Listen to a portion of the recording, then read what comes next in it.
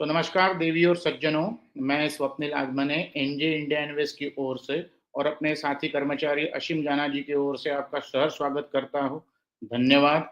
आज आपने शनिवार की शाम ये कीमती समय हमारे एनजे पार्टनर्स के इनविटेशन को ऑनर करते हुए आज इस पर्टिकुलर डिजिटल स्कूल के लिए देने के लिए दिया है, इसलिए मैं ज़ाती तौर से आपका धन्यवाद देना चाहूँगा। मैं स्वप्निल आगमने एनजे में as a senior regional manager करके पिछले 19 साल से काम कर रहा हूँ और मैं पुणे, कोल्हापुर, सातारा, सांगली, सोलापुर, बेलगाम ये बेल्ट देखता हूँ। आज का जो सेशन है SIP and SWP peace of mind, इसके ऊपर हम बात करने की कोशिश करेंगे। मैं अपना प्रेजेंटेशन शेयर करने जा रहा हूँ। प्लीज बताइएगा मेरा प्रेजेंटेशन शेयर हुआ है कि नहीं हुआ है। ठीक है।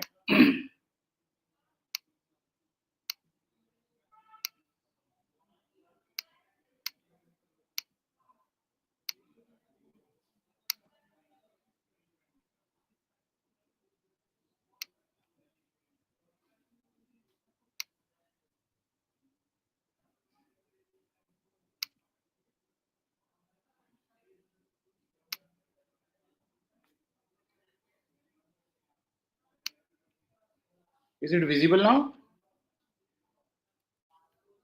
या कोई कंफर्म कर पाएंगे? It is visible? Yes sir. Jassi? हाँ सर, आप चालू करें। Thank you.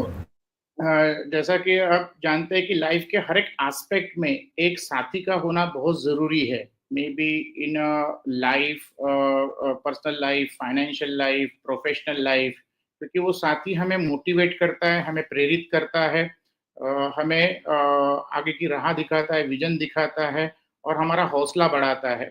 तो वैसा ही हमारे सेविंग में भी एक राइट पार्टनर होना बहुत ज़रूरी है इन फाइनेंशियल जर्नी, और वो मुझे लगता है कि म्यूचुअल फंड के जरिए से हम एसआईपी और एसडब्ल्यूपी को, सिस्टमैटिक इन्वेस्टमेंट प्लान और सिस्टमैटिक विड्रॉल प्लान को हम रख सकते हैं। जो लोग आज पहली बार एनजे के सैटरडे डिजिटल स्कूल में जुड़े हुए हैं, उनके जानकारी के लिए मैं बता दूं, NJ wealth, NJ India invest Surat based organisation है, B2B प्लेटफॉर्म में काम करता है, यानी हम डायरेक्टली इन्वेस्टर के साथ एसोसिएट ना होते हुए हम अपने चैनल पार्टनर्स, डिस्ट्रीब्यूटर द्वारा आपके साथ इंटरेक्शन करते हैं। तो जिन्होंने आज आपको इनवाइट किया है वो हमारे चैनल पार्टनर्स, डिस्ट्रीब्यूटर्स है। भारत के 75% पिन कोड में, 85% तालुका में, 95% सिटीज में एक तो हमारे इन्वेस्टर्स, ब्रांचेस या एंजल डिस्ट्रीब्यूटर आपको मिलेंगे। ऑलमोस्ट 1994 से हमने अपना ऑपरेशन चालू किया है। 30 इयर्स का ग्लोरियस हिस्ट्री हमारे साथ जुड़ा हुआ है। हमारे 185 लोकेशन पे हम मोर देन 35 लाख इन्वेस्टर्स को अपनी सेवाएं प्रदान करते हैं थ्रू आवर 41,000 डिस्ट्रीब्यूटर्स। आज म्यूचुअल फंड के इसमें एसेट अंडर मैनेजमेंट जो AUM कहते हैं वो 2,41,000 का हम एसेट 2,41,000 करोड़ का एसेट अंडर मैनेज हम करते हैं, which makes us the largest distribution house in India. उसके बाद SIP आपने देखा होगा, हम देखेंगे सिस्टमैटिक इन्वेस्टमेंट प्लान। आज भारत भर 25,000 करोड़ का SIP बुक वैल्यू है, यानी हर महीने भारतीय निवेशक 25,000 करोड़ द्वारा आने वाले एक साल में 3 लाख करोड़ म्यूचुअल फंड से द्वारा शेयर मार्केट में इन्वेस्ट करेंगे। ये 25,000 करोड़ में से 2,100 करोड़ एनजे इंडिया इन्वेस्टर के इन्वेस्टर्स कंट्रीब्यूट करते हैं, which makes us the largest distribution house in India. आज के डेट में हमें इन्वेस्टमेंट के नए तरीके देखने की क्यों जरूरत पड़ रही है, उसके ऊपर हम थोड़ा सा पहले चर्चा करेंगे। अगर मैं बात करूं कि 25 साल पहले, ऐसा कहते हैं कि हर 20-25 साल में एक मिडिल क्लास फैमिली अपना मिडिल क्लास होने का डेफिनेशन चेंज करती है। Just look at the 25 years back. अगर मैं 99 की बात करूं, मैं खुद की अगर एग्जांपल दूं, तो मैं एक मिडिल क्लास फैमिली से बिलोंग करता हूं। जब मैं अपना ग्रेजुएशन इंजीनियरिंग करने जाता था, तब एक मिडिल क्लास का जो स्टूडेंट था वो कॉलेज जाने के लिए अपने पेरेंट लोगों को क्या मांगता था, तो एक ये होती थी, यू कैन से मोपेड। तो लूना सुपर, लूना TFR या हीरो पूक, बजाज MAT, जो 35 साल के ऊपर के लोग होंगे उन्होंने ये गाड़ियों के नाम सुने होंगे। बाकी के लोगों ने तो इनका नाम भी नहीं सुना होगा। But at that point of time अगर आप देखोगे उस गाड़ी का कॉस्टिंग जो होता था ना, वो 15,000 से 20-25,000 के बीच में हुआ करता था मैक्सिमम। ओके, सो हम अपने कॉलेज में जाने के लिए 15,000 से 25,000 की गाड़ी में गए। Okay, at that point of time अगर एक मिडिल क्लास फैमिली का अगर आप खर्चों का ब्यौरा देखोगे, तो बिलीव मी, यू नो, हमने तब उस वक्त पिज्जा नाम का वर्ड भी नहीं सुना था, डोमिनोज जैसा कोई एग्जिस्टेंस में होता है ऐसा मालूम नहीं था। ईएमआईज़ अगर देखा जाए या क्रेडिट कार्ड उस वक़्त उतने प्रिवेलेंट नहीं थे। लोग रिटायरमेंट के बाद अपना घर लेते थे। अगर आप देखोगे ग्रोसरी लाना है तो बाजू के व्यापारी जो दुकान रहता था वहाँ से हम लेके आते थे, या मार्केट यार्ड होता था, होलसेल एक लेन होती थी, वहाँ से हम पूरे महीने भर का राशन लेके आते थे। कोई डीमार्ट या अमेज़न या बिग बास्केट वहाँ पे नहीं था। या फिर वैकेशन की चर्चा करें तो गर्मियों की छुट्टियां हम अपने नाना नानी दादा दादी या बुआ मासी के घर में गुजारते थे। ओके, कोई भी छोटे से छोटा त्योहार, है ना, आप बोलो बर्थडे, शादी का एनिवर्सरी, ये सब घर में होता था। होटलिंग कल्चर उतना प्रिवेलेंट नहीं था, तो खर्चे कम थे, इनकम ठीक ठाक था, बचत हो जाती थी। और जो भी बचत होती थी, सेविंग्स होती थी, उसपे मिलने वाला जो रिटर्न था, अगर आप देखोगे उस वक्त के रिटर्न के रेट्स, तो पीपीएफ 1999 में आपको 12% गारंटेड रिटर्न देता था। नेशनलाइज्ड बैंक की एफडी 13% के आसपास देती थी। कोऑपरेटिव बैंक तो 15-17% के ऊपर रिटर्न, गारंटेड रिटर्न देते थे 1999 में एफडी के ऊपर। नेशनल सेविंग सर्टिफिकेट हुआ करता था जो 5 साल में आपका पैसा डबल करके देता था, यानी 15% रिटर्न आता था। कोऑपरेटिव सोसाइटीज 20%, 22% आपको गारंटेड रिटर्न देती थी। तो इन शॉर्ट इनकम ठीक ठाक था, खर्चे कम थे, बचत हो जाती थी, इन्वेस्टमेंट पे जो मिलने वाले रिटर्न थे वो भी गारंटेड थे और डबल डिजिट थे, तो मुझे उतना रिस्क लेने की जरूरत नहीं लगती थी। बट आज अगर 25 साल बाद एक मिडिल क्लास फैमिली या स्टूडेंट का लाइफस्टाइल आप देखोगे, आज का लड़का लड़की जब कॉलेज जाते हैं तो कॉलेज जाने के लिए वो क्या डिमांड करते हैं? वेल, उनको तीन चीजें देनी पड़ती है। एक होती है बाइक जो 1 लाख के ऊपर आती है, दूसरा होता है लैपटॉप जो 50,000 से 1 लाख के बीच में आता है, और मोबाइल। ओके, तो ये सब की अगर कॉस्ट देखेंगे तो ऑलमोस्ट वो 2 लाख के आसपास होता है। ओके, और आप ये यकीन करेंगे कि जो कमाने वाले माता पिता है उनका जो मोबाइल होता है वो 15-20 हजार का होता है, लेकिन उनके जो कॉलेज जाने वाले स्टूडेंट होते हैं उनके बच्चों के पास 50,000 से 1 लाख का मोबाइल होता है। तो ये एक बात होगी। अब दूसरा, उसको मेंटेन रखने के लिए क्या? सो मेंटेन रखने के लिए पेट्रोल या गाड़ी का मेंटेनेंस या फिर नेट पैक, रिचार्ज या एंटीवायरस, इसके लिए 10,000 रुपया महीना लगता था।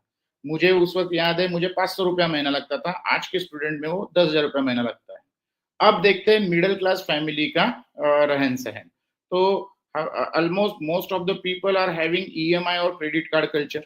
ओके, दूसरा अगर आप देखे जाए तो आज के डेट में ऐसा कोई व्यक्ति नहीं होगा जो डीमार्ट या बिग बास्केट या अमेज़न से खरीदी नहीं कर रहा होगा। और आप ये मानते होंगे कि डीमार्ट या अमेज़न ऐसी चीज़ है कि जहाँ पे हम जो चीज़ लेने जाएँगे शायद से वो चीज़ अपने घर में नहीं आती, उसके एवज़ में 2-4 और चीज़ें घर में आ जाती है और बाद में पता चलता है कि हमें तो इसकी ज़रूरत नहीं थी। ठीक है? फिर अगर वैकेशन की बात किया जाए, तो आज के डेट में ना मुझे किसी के घर में गर्मियों की छुट्टी बिताने में जाना अच्छा लगता है, या मेरे घर में कोई आए ज़्यादा दिन के लिए अच्छा लगता है। ओके? रादर मुझे भी फ़ेसबुक पे और व्हाट्सएप पे अपना स्टेटस अपलोड करना है, इसलिए मुझे अपने सिटी के बाहर, अपने स्टेट के बाहर, या हो सकता है भारत के बाहर मैं वैकेशन के लिए जाऊँ, ये मुझे प्रेफ़रेबल लगता है। देन अगर कोई भी छोटे से छोटा, अगर आप तीज त्योहार देखेंगे, यानी बर्थडे देखिए या फिर एनिवर्सरी देखिए, ये सब चीजें अभी हम घर पे नहीं तो बाहर होटल में स्पेंड करते हैं, तो होटलिंग कल्चर भी प्रिवेलेंट हो गया। तो इन शॉर्ट इनकम तो बढ़ गया, लेकिन उसके तुलना में अगर देखा देखा जाए तो आपके खर्चे बहुत सारे बढ़ चुके हैं। तो सेविंग जो है वो उतनी होती नहीं है या बहुत कम होती है। और जो कोई भी सेविंग आज के डेट में हम जो ट्रेडिशनल प्रोडक्ट में डालेंगे, वो प्रोडक्ट आज हमें क्या रिटर्न दे रहा है? वही पीपीएफ जो मुझे 12% रिटर्न दे रहा था, वो आज के डेट में 7.1% दे रहा है। वो नेशनलाइज्ड बैंक की एफडी जो मुझे 13% देती थी, शायद से आज मुझे 6.5% दे रही है। कोऑपरेटिव बैंक की एफडी मुझे 7-8% के ऊपर नहीं दे रही है, और कोऑपरेटिव सोसाइटी 9-10% के ऊपर शायद से नहीं दे रही होगी। तो आज अगर ये बात तय है कि भाई मैं अगर मॉडर्न लाइफस्टाइल जी रहा हूँ, तो मुझे अपने पैसे ट्रेडिशनल एसेट क्लास में रख के मैं मॉडर्न लाइफस्टाइल ज़्यादा दिन तक के नहीं जी पाऊँगा। मुझे मॉडर्न तरीके ढूँढने ही पड़ेंगे और 12 से 14% कोई गारंटीड रिटर्न नहीं देगा। ये हमें ध्यान रखने की ज़रूरत है। अगर 12 से 14% गारंटीड रिटर्न मिलते थे, तो गवर्नमेंट ऑफ इंडिया ही खुद ऐसी स्कीम लॉन्च करती थी। तो ये जो 12 से 14% गारंटीड रिटर्न या फिर 1 साल में डबल, 2 साल में डबल ऐसी जो पोंजी स्कीम चलती है, वो आपके मानसिकता पे खेलते हैं। वो पहले आप ₹50 डालोगे, उसका डबल करके देंगे, फिर धीरे-धीरे आपका विश्वास बैठेगा, फिर आप ₹5 लाख डालोगे, कोई ₹10 लाख डालोगे और कोई तो घर-बार बेच के 25-50 लाख रुपए डाल के 50-100 लोगों को बताते हैं कि आप भी पैसा डालिए क्योंकि हमने भी इसमें कमा के देखा है। इन दैट सिनेरियो क्या होता है कि जब उसके पास 50-100 करोड़ बनते हैं, तब वो आपके पैसे लेके भाग जाता है। तो इतना ध्यान में रखिए कि आज अगर 12 से 14% से मुझे ग्रो होने की आवश्यकता है, लेकिन 12 से 14% मुझे गारंटीड रिटर्न नहीं मिल सकता, उसके लिए मुझे थोड़ी बहुत रिस्क लेनी पड़ेगी। ऐसा क्यों होता है? ऐसा इसलिए होता है क्योंकि हमारे आर्थिक जीवन में एक राक्षस है जिसे हम कहते हैं महँगाई। महँगाई की अगर मैं बात करूँ, तो 1990 में 10 ग्राम सोना जो था वो ₹3200 तोला था। वही 2024 अप्रैल में या मार्च में 67,000 रुपीस तोला हो गया, 10 ग्राम हो गया। तो इन शॉर्ट अगर आप देखेंगे तो सोने में जो ये महंगाई है वो 9.36% में हुई। पेट्रोल में भी अगर आप देखा जाए तो पेट्रोल के जो दाम है यहाँ पे हमने गुजरात सूरत सिटी का पकड़ा है 9.84 रुपीस पर लीटर हुआ करता था 1990 में, वही 2024 में 96 रुपीस हो गया है। सो ऑलमोस्ट पेट्रोल में भी 7% से महंगाई बढ़ चुकी है। सिमिलरली दूध के दाम या डीजल के दाम भी आप इस तरीके से अपने अपने शहरों में देख पाओगे कि इतनी परसेंट से आसपास बढ़े होंगे। तो हमारा पैसा अगर इन परसेंटेज से ऊपर नहीं बढ़ रहा होगा तो कल चल के हम अपने महंगाई के ऊपर काबू नहीं पाएंगे। तो महंगाई का जो दर है वो 7 से 8% के आसपास बढ़ रहा होगा हमारे लिए as a middle class family. तो जो चीजें आज मैं 100 रुपए में खरीद रहा हूँ, वही चीजें मुझे अगले साल खरीदना है तो मुझे 107 या 108 रुपए की आवश्यकता है। अगर वो नहीं मिल रहे तो मैं महंगाई के ऊपर काबू नहीं पा रहा हूँ। एट द सेम टाइम अगर आप देखेंगे महंगाई का दूसरा अर्थ क्या होता है, तो पैसों की कीमत घटना। अब पैसों की कीमत घटना नहीं, 100 रुपए का नोट होगा तो 100 रुपए का दिखेगा, लेकिन अगर मैं बात करूं कि अगर आपने 1 लाख रुपए 1990 में तिजोरी में बंद कर दिए रहते थे और 2024 में तिजोरी खुली रहती थी, तो वो 1 लाख रुपए से ओके आज 2024 में वो चीजें खरीद सकते थे जो 1990 में आप 10,000 रुपए में खरीद सकते थे।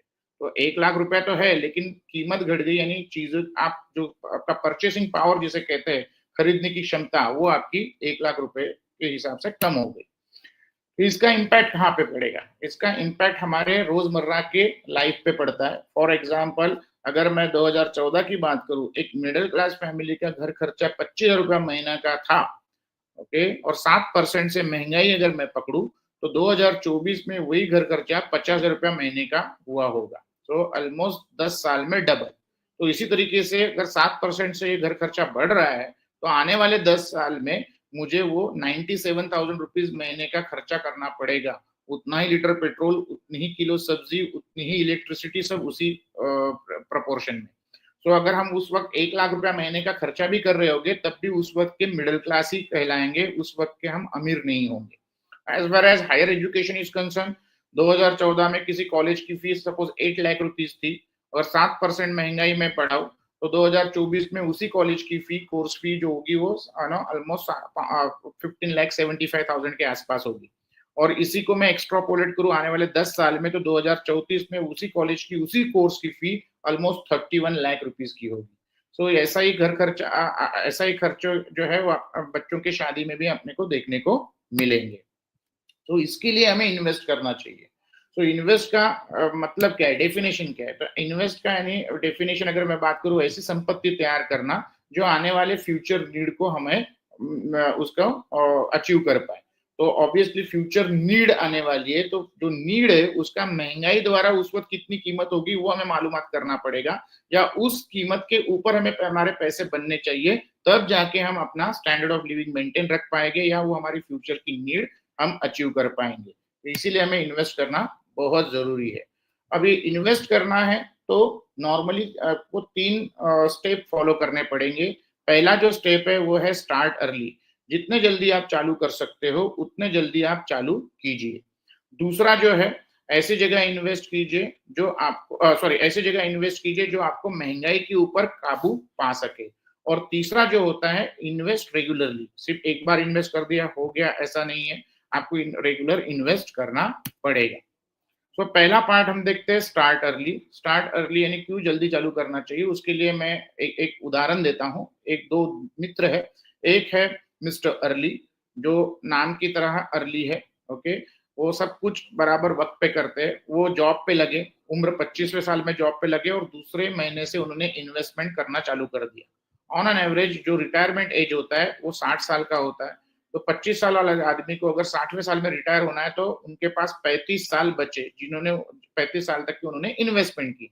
अगर उन्हें 10,000 रुपया महीने का इन्वेस्ट किया होगा तो 35 साल में 420 महीने होते तो उन्होंने 42 लाख रुपीज इन्वेस्ट किए होते। और ये 42 लाख रुपीज का अगर 12.62% क्यों, तो एम्फी के जो बेस्ट प्रैक्टिस गाइडलाइन है उन्होंने बताया कि म्यूचुअल फंड का डाइवर्सिफाइड इक्विटी का रिटर्न आप 12.62% से बता सकते हो। अगर वो रिटर्न आता है तो 42 लाख रुपीज का हो जाएगा 6.4 करोड़ रुपीज। बट उनके एक जो मित्र थे दूसरे, मिस्टर लेट, उन्होंने उम्र 45 तक के मजा मस्ती की, उन्होंने पैसे खर्च किए, खूब खर्चा किया। एट द एज ऑफ 45 उनको लगा कि नहीं, अभी मुझे रिटायरमेंट के लिए भी इन्वेस्ट करना चाहिए। उन्होंने मिस्टर अर्ली की तरफ देखा, वो 10,000 रुपीज पर मंथ कर रहे थे, उन्होंने उसकी जगह 25,000 रुपीज पर मंथ चालू किया, यानी 2.5 गुना ज्यादा इन्वेस्ट किया। लेकिन उनको रिटायरमेंट के लिए कितने साल बचे? मात्र 15 ईयर्स। देन उन्होंने कितना इन्वेस्ट किया होगा? 45 लाख, यानी मिस्टर अर्ली से 3 लाख रुपीज ज्यादा इन्वेस्ट किया। बट तब भी उनका 12.62% से कितना रिटर्न आया? 1.25 करोड़। यानी मिस्टर अर्ली से 5.25 करोड़ ऑन एन एवरेज रिटर्न कम आया। क्यों ऐसा आया? बिकॉज मिस्टर अर्ली को 15 ईयर्स तक का ही इन्वेस्टमेंट का पीरियड मिला। अगर उन्होंने भी जल्दी चालू किया रहता तो उनको ज्यादा टाइम मिलता था या ज्यादा टर्म मिलता था इन्वेस्टमेंट का। और हमने ये सीखा है कि जितना ज्यादा लंबे समय तक के आप इन्वेस्ट करोगे उतना ज्यादा पावर ऑफ कंपाउंडिंग का फायदा आपको होगा। ओके, सो इसलिए जितने जल्दी आप चालू कर सकते हो उतने जल्दी आप चालू कीजिए। दूसरा कि भाई ऐसी जगह इन्वेस्ट कीजिए जो आपके महंगाई के ऊपर काबू पा सके। तो महंगाई के ऊपर काबू पाने के लिए हमें देखना पड़ेगा कि महंगाई किस तरीके से पड़ी और आजू बाजू जो हम इन्वेस्ट करते हैं उस एसेट क्लास ने किस तरीके से रिटर्न दी। तो मैंने क्या किया है, हमने 1979 से लेकर 2024 तक के जो एसेट क्लास में आप इन्वेस्ट कर सकते थे उसके रिटर्न महंगाई के साथ कंपेयर करने की कोशिश की है। ओके, फॉर एग्जाम्पल इन्फ्लेशन, तो इन्फ्लेशन इज 6.96, यानी क्या, जो चीजें आप 1,000 रुपए में 1979 में खरीद सकते थे, सेम चीजें अगर आपको आज खरीदनी थी 2024 में तो आपको 20,700 रुपीज खर्चा करना पड़ता था। ओके, अगर मैं गोल्ड की बात करूं, अगर वो आपने 1979 में 1,000 रुपए गोल्ड में डाले रहते थे और आज गोल्ड बेचने को निकाला रहता था तो आपका 1,000 रुपीज का बनता था 10.1 के हिसाब से 76,000 रुपीज। तो आज के हिसाब से आप 3.5 गुना वो चीजें खरीद सकते थे। तो फॉर एग्जाम्पल अगर मैं बात करूं, एक चेयर है जो 1,000 रुपए की 1979 में मिलती थी, आज सेम चेयर खरीदने जाते थे तो आपको 20,000 रुपए खर्चा करना पड़ता था। अगर वो आपने सोने में डाला रहता था और सोना आज लिक्विडेट करते थे और आज वो चेयर खरीदने जाते थे तो शायद से 3.5 चेयर आप खरीद सकते थे। वही अगर आप चांदी में इन्वेस्ट करते थे तो 1,000 रुपए का 48,000 हुआ है, यानी 8.98% रिटर्न बना है पिछले ऑलमोस्ट 24 प्लस आप 21 बात करते 45 सालों में। तो आपका आज के डेट में आप ऑलमोस्ट 2.5 चेयर्स खरीद सकते थे बिकॉज वो चेयर आज 20,000 की है। वही अगर आप बैंक डिपॉजिट में 1,000 रुपीज इन्वेस्ट करते थे तो बैंक डिपॉजिट में आज आपका 8.23 के हिसाब से 1,000 रुपीज का बनता था 35,000 रुपीज, यानी आज आप 1.5 चेयर खरीद सकते थे, 1.5 चेयर। वही कंपनी डिपॉजिट में आप 2.5 चेयर खरीद सकते थे। और सेंसेक्स यानी 1979 में जो 30 कंपनी का सूचकांक था वहां पे अगर आप 1,000 रुपए इन्वेस्ट करते थे और आज सेंसेक्स को बेच निकालते थे, यानी मार्च 2024 में सितंबर 2024 में तो आपका आज का वैल्यू बनता था 7,36,000। ठीक है, यानी इनडायरेक्टली आज आप कम से कम 36 चेयर्स खरीद सकते थे, यानी चेयर का शोरूम खरीद सकते थे। यहाँ पे हमने रियल एस्टेट जानबूझ के नहीं पकड़ा है बिकॉज रियल एस्टेट का ऐसा कोई स्टैंडर्ड प्राइस नहीं है। फॉर एग्जाम्पल आप तनिष्क तनिष्क के शोरूम में अगर सोना खरीदने जाते थे, आप कोई भी सिटी में खरीदो, तो उस दिन वो तनिष्क के शोरूम में आपको सोना का दाम सेम रेट पे मिलता था।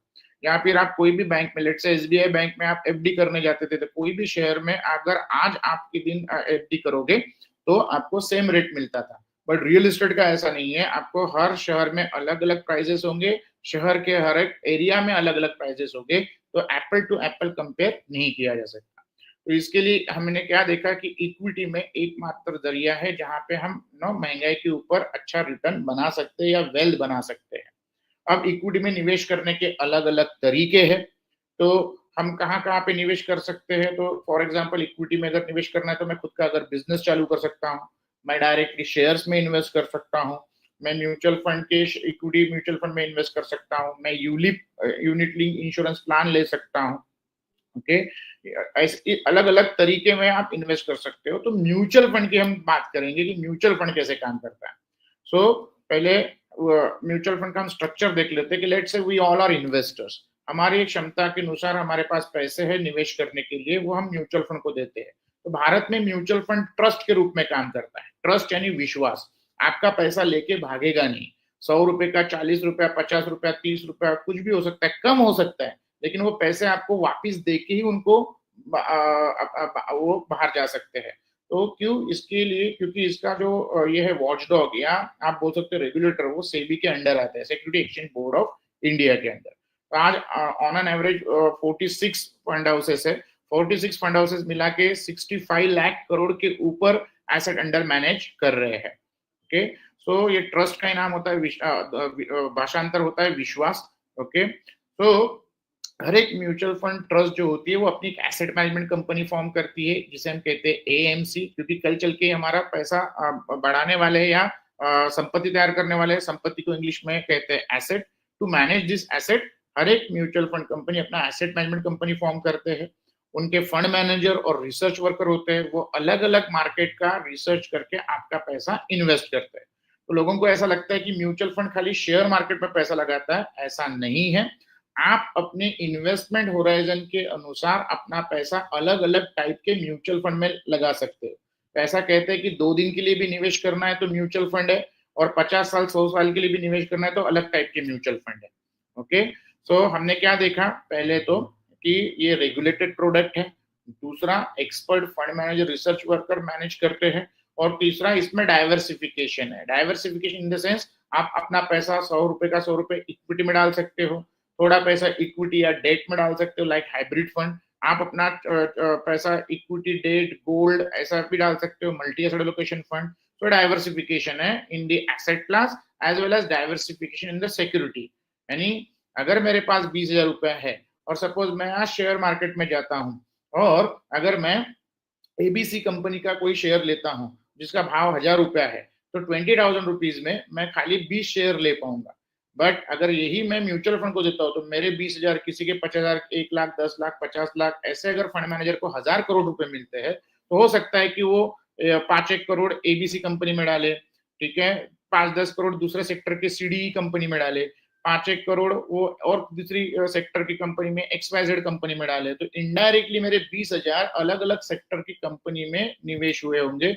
नॉर्मली 25 से 50 स्टॉक का पोर्टफोलियो फंड मैनेजर बनाते हैं अलग अलग सेक्टर्स के। तो उसका फायदा क्या हुआ, जब मार्केट ऊपर जाता है या मार्केट नीचे जाता है, तभी सभी सेक्टर्स ऊपर नहीं जाते या तभी सेक्टर नीचे नहीं जाते। मार्केट में घटी हुई कोई भी घटना कुछ सेक्टर को पॉजिटिव और कुछ सेक्टर्स को निगेटिवली इंपैक्ट करती है, इसीलिए मेरा जो रिस्क है वो डाइवर्सिफाई हो जाता है। तो इसीलिए आप म्यूचुअल फंड में निवेश करना चाहिए। तो म्यूचुअल फंड में निवेश करने के लिए खाली ध्यान इतना रखना पड़ता है कि आपके होराइजन के अनुसार वो कैटेगरी ऑफ द प्रोडक्ट चुनने पड़ते हैं। वो होराइजन आने तक के हो सकता है कि वो कैटेगरी ऑफ प्रोडक्ट में आपको निगेटिव, पॉजिटिव, वोलाटाइल कुछ भी रिटर्न मिले, वो देखने की और इन्वेस्टेड रहने की आपको क्या करना पड़ेगा, पेशेंस रखना पड़ेगा, संयम रखना पड़ेगा, सो दैट वो होराइजन क्रॉस होने के बाद आपका पैसा नॉर्मली पॉजिटिव रिटर्न दिखाने के चांसेस बढ़ा देता है। सो इसमें गारंटेड रिटर्न बिल्कुल नहीं है, लेकिन अगर आप इक्विटी म्यूचुअल फंड की बात करो तो 5 से 6 साल के बाद अगर आप देखना चाहोगे तो आपका normally diversified equity mutual fund आपको पॉजिटिव रिटर्न देते हैं। अगर आपको 1 महीने के लिए इन्वेस्ट करना है तो लिक्विड फंड है, आपको 3-5 साल के लिए इन्वेस्ट करना है तो हाइब्रिड फंड होते हैं। सो आई होप आपको मैं म्यूचुअल फंड कैसे काम करता है ये बता पाया। सो इक्विटी म्यूचुअल फंड में हमने क्या देखा कि इक्विटी म्यूचुअल फंड में अगर निवेश करना है तो आपको 5-6 साल यानी लॉन्ग टर्म के ऊपर आपको आना पड़ेगा। पिछले इन्वेस्टर मीट में हमारे को-फाउंडर नीरज सर ने बताया कि लॉन्ग टर्म का डेफिनेशन रिलेटिव होता है। सो 5 साल की तुलना में 6 साल लॉन्ग टर्म हो गया, 7 साल की तुलना में 10 साल लॉन्ग टर्म हो गया।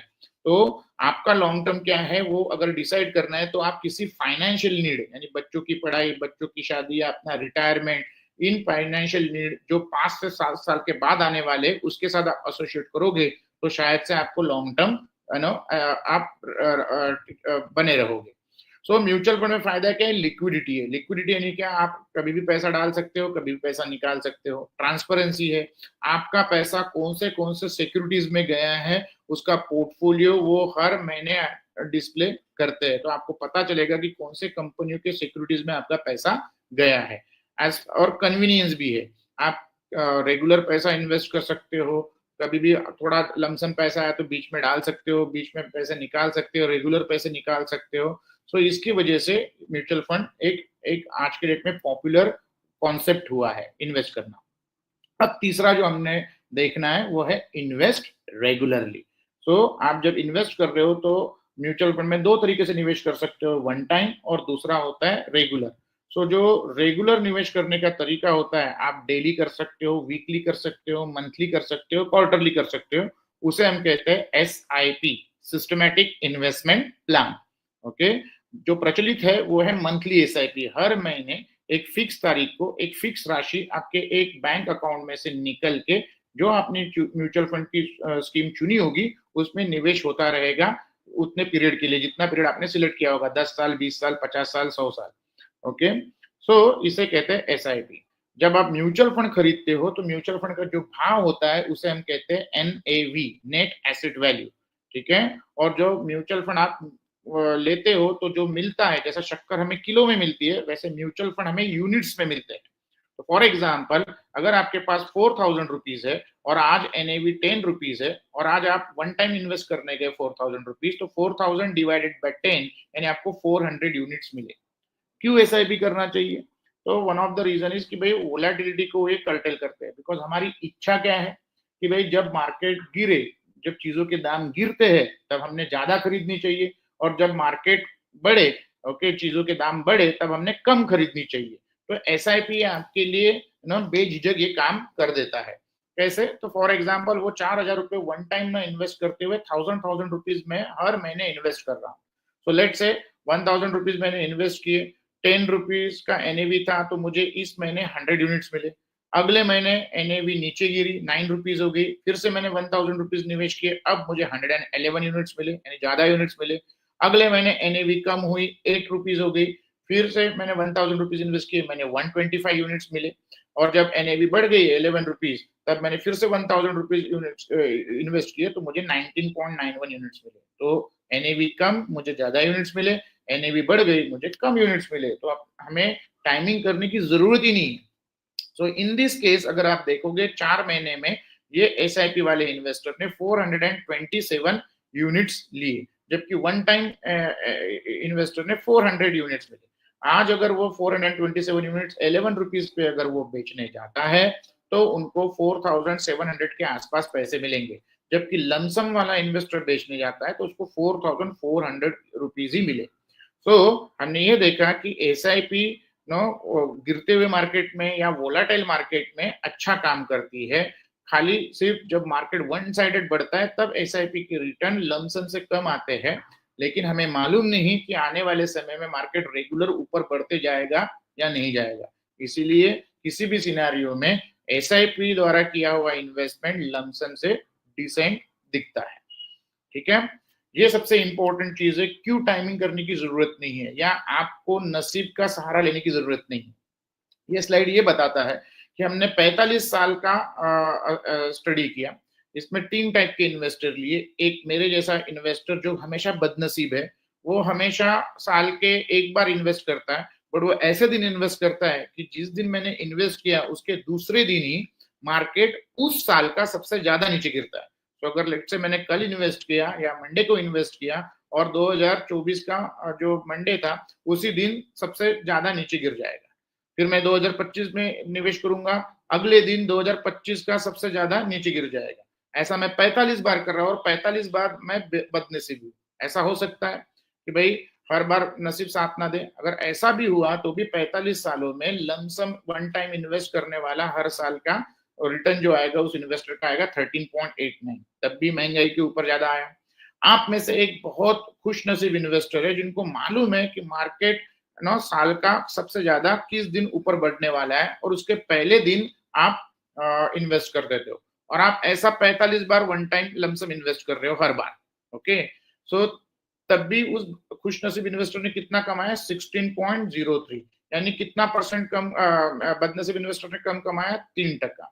और बाकी सब जनता है, बाकी सब जनता में अगर आप देखा जाए कि उनको मालूम नहीं कि मार्केट कब ऊपर जाने वाला है, मार्केट कब नीचे जाने वाला है। उन्होंने क्या किया, वो जो लमसम पैसा हर साल डालने वाले हैं उसके 12 टुकड़े किए और हर महीने की 10 तारीख को उन्होंने इन्वेस्ट किया। यानी इन शॉर्ट उन्होंने क्या की, एसआईपी की, सिस्टमेटिक इन्वेस्टमेंट प्लान। तो उन्होंने अगर ऐसा 45 साल किया रहता था तो उनको 15.05% रिटर्न मिला रहता था। यानी बदनसीब इन्वेस्टर से ज्यादा और खुश नसीब इन्वेस्टर से कम। आइडियलिस्टिकली देखा जाए तो ये बदनसीब और खुशनसीब इन्वेस्टर 45 साल तक के बदनसीब या खुशनसीब नहीं हो सकते हैं। ये कंडीशन पॉसिबल है जो एसआईपी द्वारा हमने देखी है। सो एसआईपी के जरिए आप क्या कर सकते हो, अपने आने वाले फाइनेंशियल नीड, फॉर एग्जांपल बच्चों के एजुकेशन, बच्चों की शादी, आपका खुद का रिटायरमेंट, ओके, ये सब चीजों के लिए आप निवेश महीने के महीने इन्वेस्ट कर सकते हो। ओके, अब दूसरी बात देखते हैं कि भाई पावर ऑफ कंपाउंडिंग क्या होता है। ये आइंस्टाइन साहब है, ठीक है, वर्ल्ड नो रिनाउंड साइंटिस्ट जिनका आईक्यू सबसे ज्यादा था, ठीक है। उन्होंने क्या कहा था कि भाई जो पावर ऑफ कंपाउंडिंग है ना, ये हमें कि हम कैलकुलेट नहीं कर पाएंगे या है ना, ये नहीं कर पाएंगे, आंखों के सामने देख नहीं पाएंगे, ये हम फील कर पाएंगे। या आठवां अजूबा है वर्ल्ड का जो हमें फील करवा सकता है। जो इन्वेस्टेड रहेगा लंबे समय तक के वही वो फील कर पाएगा, बाकी नहीं फील कर पाएंगे। मैं आपको एक छोटा सा उदाहरण देता हूँ।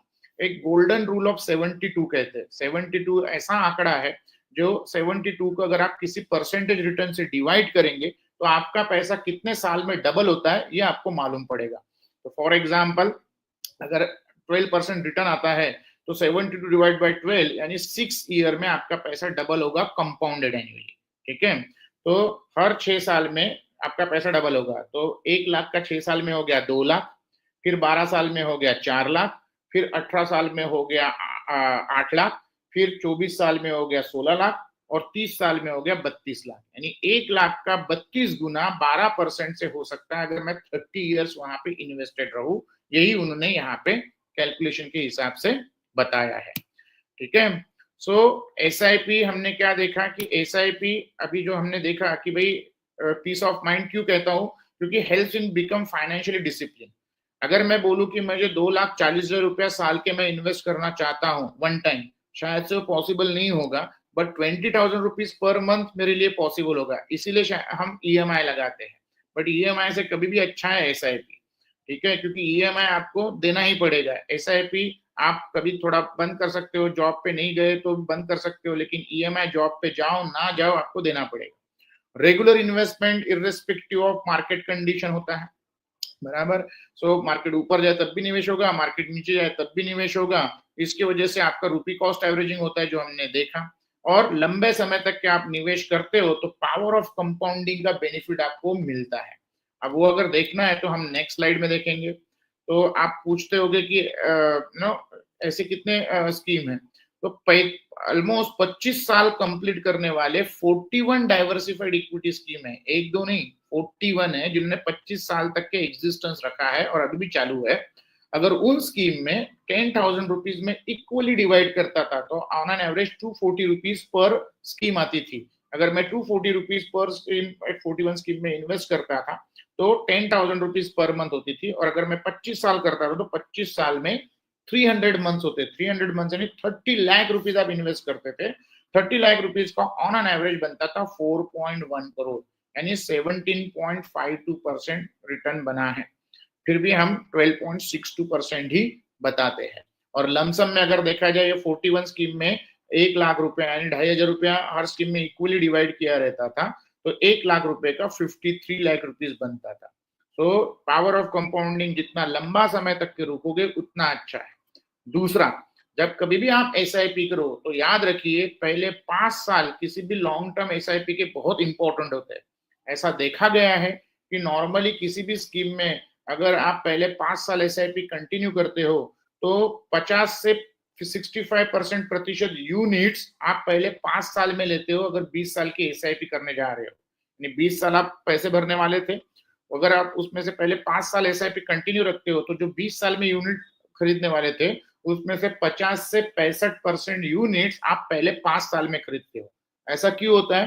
बिकॉज पहले 5 साल में एनएवी कम होता है, वोलेटिलिटी आपके लिए ज्यादा दिख सकता है, तो कम एनएवी यानी क्या होगा? ज्यादा यूनिट खरीदना यानी आपके ज्यादा यूनिट्स मिलना। तो अगर आपने पहले 5 साल में मार्केट ऊपर नीचे जा रहा है ये डर के मारे, या आपने जो इन्वेस्ट किया है उससे कम वैल्यू दिख रहा है ये डर के मारे अगर आपने एसआईपी बंद की तो आपने 50 से 65% यूनिट खरीदना बंद किया, यानी आपका 50 से 65% वेल्थ बनना बंद हो गया।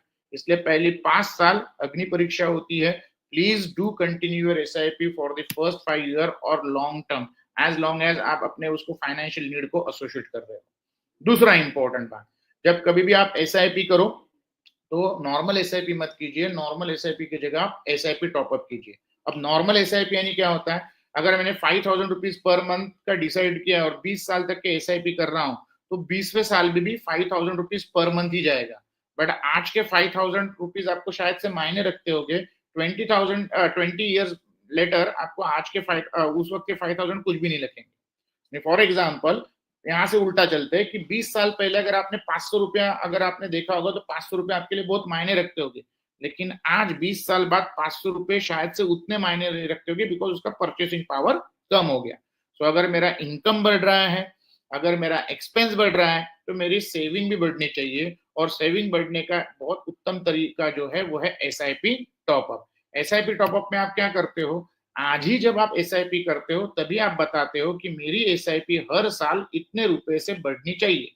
तो फॉर एग्जाम्पल अगर 2018 में अगर आपने 10,000 रुपीज की एसआईपी की रहती थी और वहां पे आपने बोला रहता था कि मैं 1,000 रुपीज से हर साल एसआईपी बढ़ाऊंगा, तो 2019 में वो 1,000 रुपए से बढ़ के 11,000 रुपीज पर मंथ जाती थी, 2020 में वो 12,000 रुपीज पर मंथ जाती थी, 2021 में 13,000 रुपीज पर मंथ जाती थी लाइक वाइज। तो हर साल आप कुछ किए बिना आपका 1,000 रुपीज पर मंथ बढ़ता था। लाइफ में अपने को ये इक्वेशन फॉलो करना है कि income minus investment is equal to expenses. आने वाले इनकम में से पहले बचत करो, इन्वेस्ट करो और बचा कुचा पैसा आप खर्चा करो।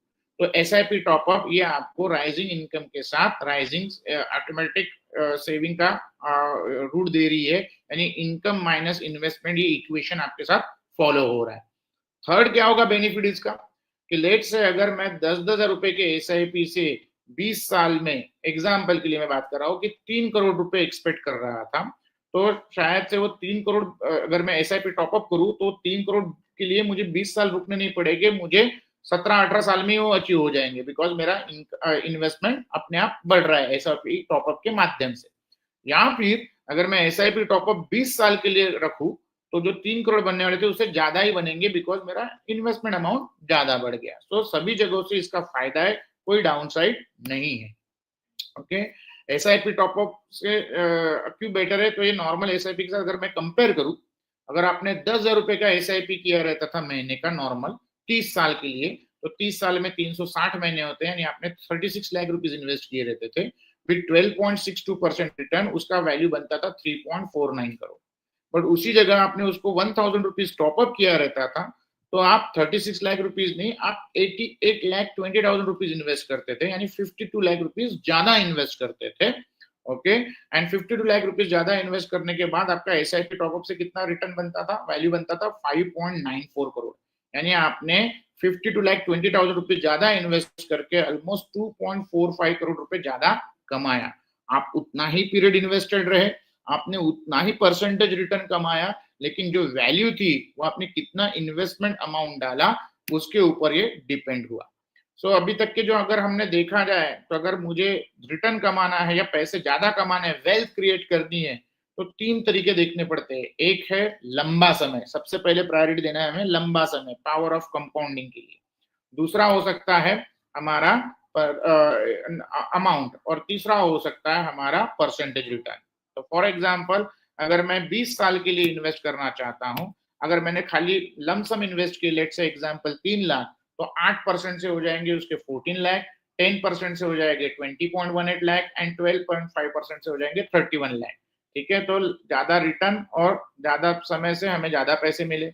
उसकी जगह अगर मैं SIP करता था सिर्फ, तो 10,000 रुपए की SIP 240 मंथ्स में 24 लाख रुपीज इन्वेस्ट करते थे, 8% से 57 लाख बनता था, यहाँ पे 12.5% से 97.73 लाख बनता था। बट अगर मैं lump sum plus SIP plus SIP top up करता था, यानी 46 लाख.8 प्लस 3 लाख यानी 49.8 लाख रुपीज, तो 8% से 1.12 करोड़ बनता था एंड 12.5% से वो 1.87 करोड़ बनता था। तो सबसे ज्यादा इस चार्ट में अगर आप देखा जाए तो 1.87 करोड़ है, वो किससे बना? ज्यादा लंबा समय, lump sum plus SIP top up and then अपने इक्विटी वाले रिटर्न। सो इसके आपने अगर इसका कॉम्बिनेशन किया तो you will create the wealth.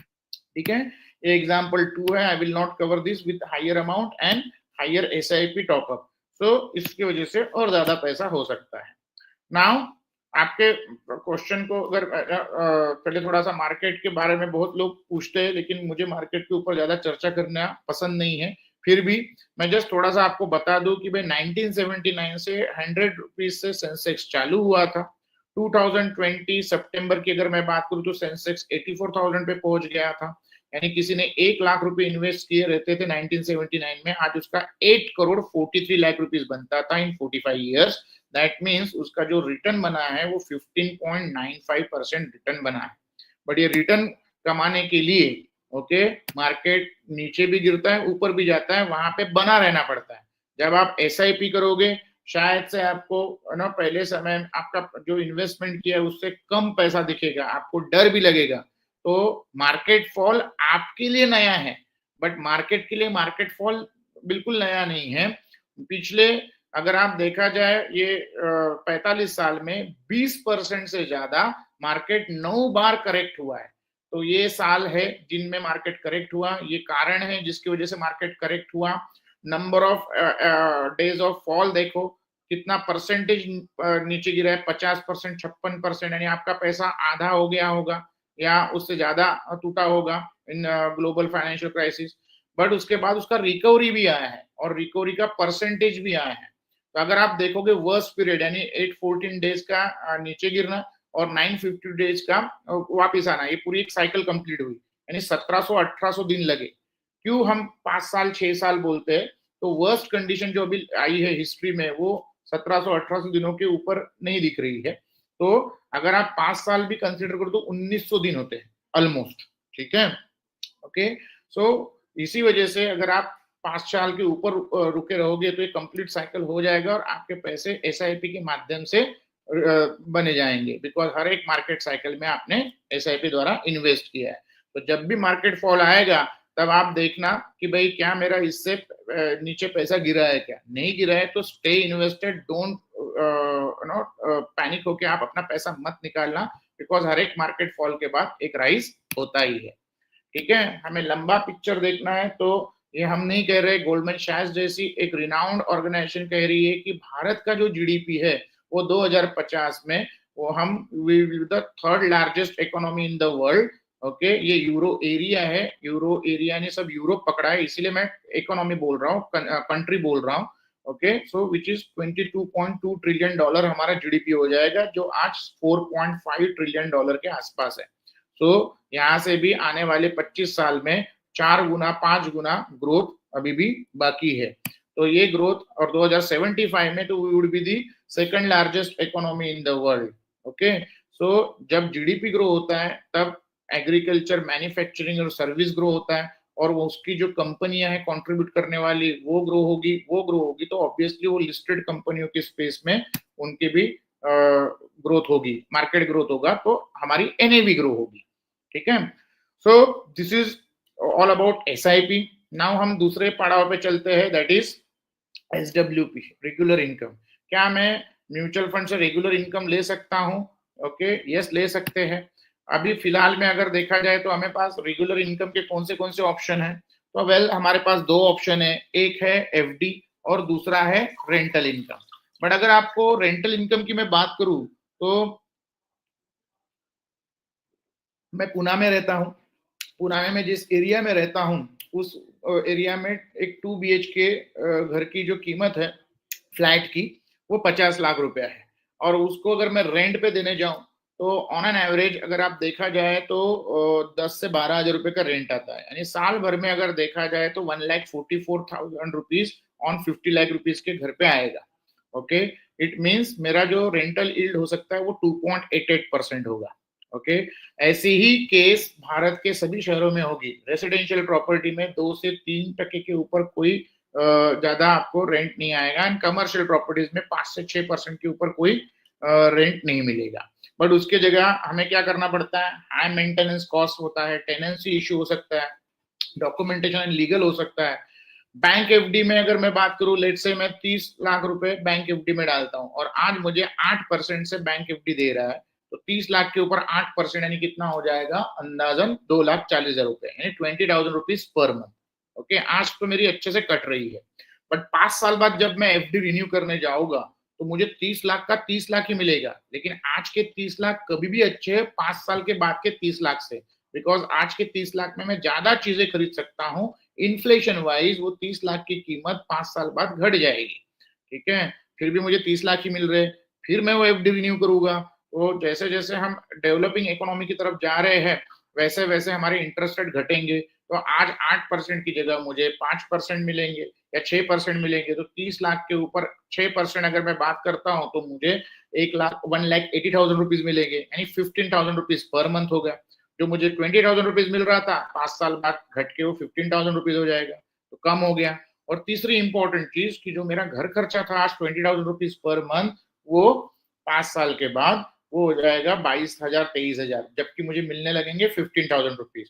तो ये भी एक ऑप्शन है. इसलिए हम कहते हैं कि बैंक FD में आप पैसा नहीं बनाते हो, आप उल्टा गंवाते हो अगर इन्फ्लेशन को कंसिडर करोगे तो. So is there any better solution available? Yes, in mutual fund there is a facility called SWP, systematic withdrawal plan. ये भी एक फैसिलिटी है, ये कोई प्रोडक्ट नहीं है. ओके, इसमें आपको एक स्कीम में लमसम पैसा इन्वेस्ट करना होता है. आपको एक मैंडेट देना पड़ता है कि मुझे ये तारीख को इतना रुपया ये बैंक में हर महीने इतने पीरियड के लिए चाहिए. तो उतने तारीख को वो जो भी NAV होगी उस NAV के प्रोपोर्शनेट उतने यूनिट डिडक्ट होते जाएंगे. तो SWP में आपके यूनिट धीरे धीरे कम होते जाएंगे, SIP में आपके यूनिट सिस्टमैटिक इन्वेस्टमेंट प्लान में बढ़ते जाएंगे. ठीक है, सो क्या मेरे यूनिट जीरो हो जाएंगे? कतई नहीं. अगर आप SWP लमसम जो इन्वेस्टमेंट कर रहे हो, नॉर्मली हाइब्रिड फंड में हम सजेस्ट करते हैं, which is aggressive hybrid fund और बैलेंस एडवांटेज फंड. इसमें अगर आप देखा जाए तो नॉर्मली जो रिटर्न है वो 9 से 10% के रेंज में आते हैं. और अगर आप अपना विड्रॉवल उससे कम रखोगे तो जो ऊपर वाला जो रिटर्न है वो आपके पैसे को अप्रिशिएट करता है. भले ही आपके यूनिट कम होंगे लेकिन NAV बढ़ती जाएगी. इसलिए हो सकता है कि कुछ सालों बाद आपका जो ये है प्रिंसिपल अमाउंट उससे ज्यादा भी पैसा देखने को मिल सकता है. ठीक है, सो हम नॉर्मली 6% विड्रॉल क्लाइंट को सजेस्ट करते हैं कि भाई 6% यानी क्या? जो भी आपको मंथली रिक्वायरमेंट चाहिए उसका 200 टाइम्स निवेश करना. यानी आपको 5,000 रुपीज मंथ चाहिए तो उसका 200 टाइम्स यानी 10 लाख रुपीज. अगर आपको 10,000 रुपीज मंथ चाहिए तो 20 लाख रुपीज लाइक वाइज. तो यहाँ पे फायदा क्या हो सकता है, इतना याद रखिए कि भाई ये जो SWP आप करोगे तो हो सकता है आपके शायद से 4-5 साल तक के आपका प्रिंसिपल अमाउंट से कम पैसा आपको देखने को मिल सकता है. फिर से मैंने कहा क्योंकि इक्विटी टाइप का प्रोडक्ट होता है, हाइब्रिड भी बोलो तो भी टैक्सेशन वाइज इक्विटी होता है. तो कोई भी इक्विटी टाइप के प्रोडक्ट को हमने क्या बोला है, 5-6 साल के बाद ही देखना है. पहले 5 साल 6 साल आपका पैसा कम हो सकता है, बट ऐसा देखा गया है कि नॉर्मली 7 ईयर्स आफ्टर आप अपने प्रिंसिपल अमाउंट के ऊपर ही पैसा देखते हो आफ्टर विड्रॉल. मैं आपको इसके यूसेज बता रहा हूँ कि अलग अलग टाइप के इन्वेस्टर्स अलग अलग नीड्स के लिए इसको यूज कर सकते हैं। तो फॉर एग्जाम्पल, मुझे अगर रिटायरमेंट में, एक सीनियर सिटीजन हूँ, मुझे अगर रिटायरमेंट के लिए पैसा चाहिए, पेंशन के लिए 20,000 रुपीज पर मंथ मेरा घर खर्चा है, तो उसका 200 टाइम्स यानी 40 लाख रुपीज अगर मेरे पास है, तो मैं 40 लाख रुपीज डालूंगा, 20,000 रुपीज पर मंथ निकालूंगा, तो मैंने साल के निकाले 2,40,000 रुपीज।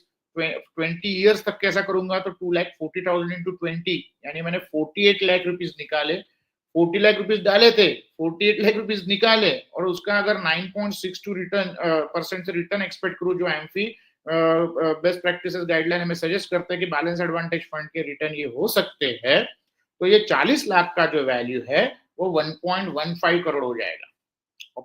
ऑब्वियसली कि 20 साल के बाद ये 1.15 करोड़ देखने के लिए शायद से मैं जिंदा नहीं रहूंगा, बट मेरे पश्चात ये 1.15 करोड़ जिस किसी को भी मिलेंगे, वो मेरा फोटो हो सकता है हर एक बेडरूम में लगाए और उसके ऊपर हर बरसी के बाद चंदन का हार भी लगाए कि पप्पा इतना दे के गए। अगर यही मैं एफडी में रखता था तो 40 लाख रुपीज का 40 लाख रुपीज ही बनता था। यंग इन्वेस्टर्स जो 35 एंड 40 ईयर्स के हैं, okay, married and having children, वो कहाँ पे देख सकते हैं इस फैसिलिटी को यूज करने के लिए? अपने बच्चों की हर साल की पढ़ाई के लिए देख सकते हैं। आज अगर देखा जाए तो हर एक स्कूल का fees on an average 1.25 lakh से 1.5 लाख के बीच में होता है। सो 1.2 लाख रुपीज अगर स्कूल का फीस है in terms of tuition fee, transportation, normal अपने जो यूनिफॉर्म्स एंड किताबें होती है लाइकवाइज, यानी 10,000 रुपीज पर मंथ मुझे चाहिए, तो उसका 200 टाइम्स मेरे पास अगर होगा 20 लाख रुपीज, तो 20 लाख रुपीज डालूंगा, 10,000 रुपीज हर महीने निकालूंगा, 1,20,000 रुपीज हर साल से स्कूल की फीस पे करूंगा, एंड 15 ईयर्स आफ्टर, ओके, ये 20 लैक्स का 9.62 से हो सकता है 41 लाख हो। तो जब मेरा बच्चा पोस्ट ग्रेजुएशन के लिए इसके लिए मैं यूज कर सकता हूँ पार्ट पेमेंट, या फॉरेन एजुकेशन के लिए पार्ट पेमेंट यूज कर सकता हूँ, उसके शादी के लिए यूज कर सकता हूँ, या उसके बिजनेस सेट करने के लिए मैं उसको एज ए सीडिंग कैपिटल दे सकता हूँ। सो अलग अलग नीड्स के लिए भी आप यूज कर सकते हो। आप हो सकता है कि इसको आप अपने रेंटल के लिए भी आप इसका यूज कर सकते हो।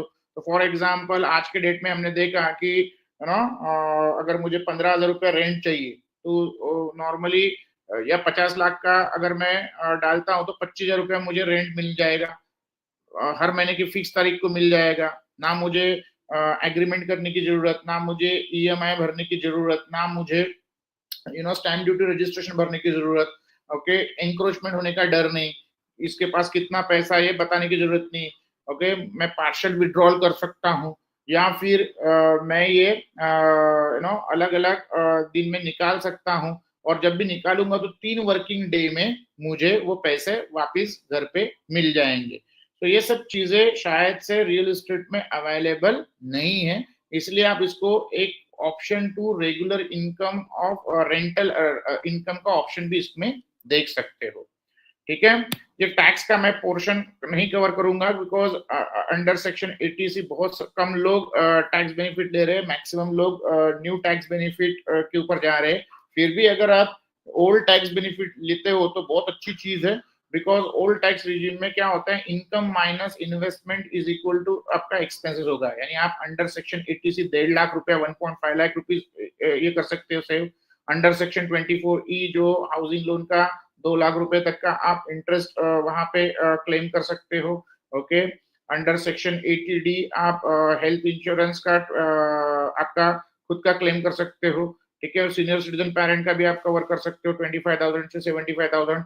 अंडर सेक्शन CCD1 आप एनपीएस में एडिशनल 50,000 रुपए भी इन्वेस्ट कर सकते हो। तो अगर देखा जाए तो नॉर्मली आपका ओल्ड टैक्स रिजीम में कम टैक्स लग सकता है अगर आप इसको फुल्ली यूज कर रहे हो as compare to new tax regime, ठीक है। तो अगर आप ओल्ड टैक्स रिजीम कर रहे हो तो म्यूचुअल फंड में अंडर सेक्शन 80C जो होता है ELSS स्कीम में भी आप निवेश कर सकते हो। इस स्कीम की खासियत ये है कि आप जब भी इन्वेस्ट करोगे 3 साल का कंपलसरी लॉक इन रहेगा, आप पैसा निकाल नहीं सकते, इन्वेस्टर का डेथ भी हो जाए तब भी पैसा निकाल नहीं पाएंगे, ओके। बट अगर आप देखोगे आज के डेट में कि ये स्कीम का अगर आप SIP करोगे तो SIP को भी हर एक इंस्टॉलमेंट को 3 साल का लॉक इन लगेगा। अगर आपने देखा होगा कि भाई जो बाकी के प्रोडक्ट है, फॉर एग्जांपल 5 साल का बैंक FD या इंश्योरेंस 5 साल लॉक इन है, पीपीएफ 15 साल लॉक इन है, इससे comparatively come lock in ELSS में आपको देखने को मिलता है। ठीक है, सो अभी अगर मैं एक कंपैरिजन आपको बताऊं कि लेट्स से 1.5 लाख रुपए 1.5 लाख रुपीस अगर आप बैंक एफडी में पिछले 15 ईयर्स से कर रहे थे, यानी आपने 22,50,000 रुपीस इन्वेस्ट किया रहता था, तो बैंक एफडी में उसका 22 लाख रुपीस का 39,03,000 रुपीस होता था, which is a return of 6.61%। NSC में अगर आपने इन्वेस्ट किया रहता था तो 22.5 लाख का बनता था 42.84 lakh, which is a return of 7.69। अगर आप वही पीपीएफ में करते थे पिछले 15 सालों में तो 43,708 लाख बनता था 22.5 लाख का, which is a return of 7.75%। And ELSS में अगर आप निवेश करते थे और मैं 12.62% का रिटर्न अपेक्षित करता था तो उसका बनता था 66,21,000। तो आप देखेंगे अदर ट्रेडिशनल प्रोडक्ट से इसमें ज्यादा रिटर्न बनाने की संभावना है। तो मैं रिक्वेस्ट करूंगा कि अगर आप पीपीएफ कर रहे हो तो आपका आधा पैसा आप पीपीएफ में डालो, आधे से ज्यादा पैसा आप लागे तो ईएलएसएस स्कीम में डालो, अगर आप उसका ऑप्शन देख रहे हो तो। Now there are certain questions कि भाई आपके मन में आ सकते हैं कि मैं ही उसमें पहले थोड़ा सा आपको बता दूं कि ये सब चल रहा है, इक्विटी इतना अच्छा है, तो मैं खुद ही क्यों नहीं निवेश करूं। ठीक है, मैं ही अपना खुद का निवेश करके इन्वेस्ट करूं, क्यों मैं equity mutual fund through invest करूं। तो सबसे बड़ी चीज, आप खुद भी इक्विटीज में डायरेक्टली इन्वेस्ट कर सकते हो, प्रोवाइडेड आपके पास टाइम है, आपके पास नॉलेज है, आपके पास स्किल टू आइडेंटिफाई स्टॉक है और आपके पास रिसोर्सेस है। तो नॉर्मली ये चीज नहीं होती है, कोई तो भी फाइनेंशियल इन्फ्लुएंसर या कोई तो भी रील या कोई वेबसाइट पे या कोई मीडिया पे या चैनल पे आते हैं और वहां से लोग खरीदे हुए देखे पाए हैं। ठीक है, सो फंड मैनेजर का ये फुल टाइम जॉब होता है, इसीलिए वो वहां पे day in day out research करता है, उसके पास नॉलेज है, उसने उस तरीके की डिग्रियां हासिल की है। ठीक है, वो जाके स्टडी करता है कंपनी को, ओके, वहाँ उनके अलग अलग पार्टिसिपेंट को चेक करता है एंड कंपनी की जो न्यूज है या एनुअल जनरल मीटिंग है वहां पे जाके वो क्वेश्चन भी करता है। तो ये अगर चीजें हमारे पास नहीं है तो मैं sincere request two is that कि आप म्यूचुअल फंड रूट से ही आए। Now how do I track my investment, मैं इन्वेस्ट कर रहा हूँ लेकिन मैं ट्रैक कैसे कर सकता हूँ। तो एनजे पार्टनर्स आपको ई वेल्थ के माध्यम से आपको ऑनलाइन इन्वेस्टमेंट कराते हैं। इसका सबसे फायदा क्या है कि इसमें जीरो कॉस्ट है, आपको कोई चार्जेस नहीं देने हैं, नो फिजिकल एप्लीकेशन, आपको कोई फिजिकल एप्लीकेशन भरना नहीं पड़ेगा। आप अपने सिटी में हो, आप स्टेट के बाहर हो या भारत के बाहर हो तो भी आप एनी टाइम ऑनलाइन इन्वेस्टमेंट कर सकते हो, कहीं से भी कितना भी। ठीक है, देन ऑनलाइन रिपोर्ट आप दे सकते हो अपने टैक्सेशन के लिए, यहाँ से आपका एनपीएस का रूट खुल जाता है, नेशनल पेंशन स्कीम का भी आप अकाउंट खोल सकते हो। और शॉर्ट टर्म नीड के लिए अगर आपको पैसे रिडीम नहीं करने हैं तो उसके म्यूचुअल फंड के यूनिट के ऊपर आप लोन अगेंस्ट सिक्योरिटी भी ले सकते हो, जो आपको अर्जेंट और इम्पोर्टेंट नीड के लिए जरूरी होगे तो। ठीक है, ऑनलाइन पेमेंट ऑनलाइन इन्वेस्टमेंट आप वेबसाइट से कर सकते हो या मोबाइल ऐप से भी, एंड्रॉइड या आईफोन से भी कर सकते हो। आप फोन लगा के भी अपना ट्रांजैक्शन कर सकते हो, रिडेम्पशन करना है, स्विच करना है या आपका परचेस करना है, या फिर ऑफलाइन फॉर्म भर के भी आपको करना है, तो इस मोड में ई वेल्थ में ये पॉसिबल है। पेमेंट के भी अलग अलग तरीके, आप नेट बैंक से पेमेंट कर सकते हो, एनईएफटी आरटीजीएस से पेमेंट कर सकते हो, यूपीआई से भी कर सकते हो, वन टाइम मैंडेट से भी कर सकते हो और चेक ऑफलाइन मोड में चेक से भी कर सकते हो।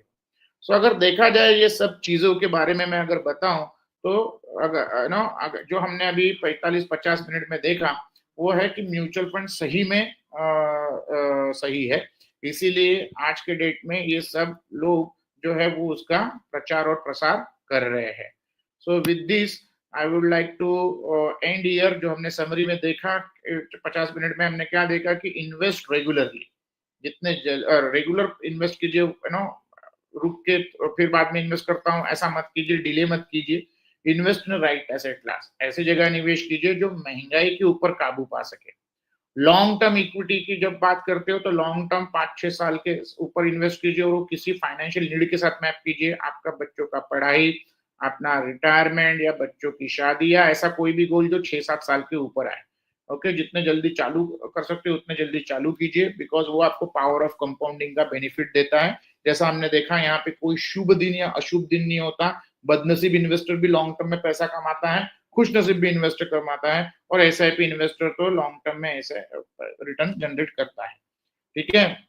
Increase investment amount with the help of SIP top up. Normal SIP मत कीजिए, एसआईपी टॉपअप कीजिए, बिकॉज जब आप सोचोगे कि भाई मुझे अगले साल एसआईपी बढ़ाना है, वो वैसा होता नहीं है। अगर एसआईपी टॉपअप करेंगे तो अपने आप बढ़ जाता है। इससे आपका income minus investment is equal to expenses, ऐसा इक्वेशन फॉर्मुलेट हो जाएगा। And never time the market. SIP करोगे तो टाइम करने की जरूरत भी नहीं पड़ेगी, अपने आप अपने यूनिट्स जो भी है मार्केट के हिसाब से कम ज्यादा खरीदे जाएंगे, और इन सब चीजों के लिए एसआईपी म्यूचुअल फंड सही है। So with this I would like to end my session. Thank you all for patiently listening this session. कुछ भी डाउट है, कुछ भी क्वेश्चन है, तो मेरे साथ मेरे कलीग अशीम जाना जी जुड़े हुए हैं। वो थोड़ा आप question Ashim, if you can no जी जी गेट सम क्वेश्चन, तो मुझे I would like to answer those. Thank you.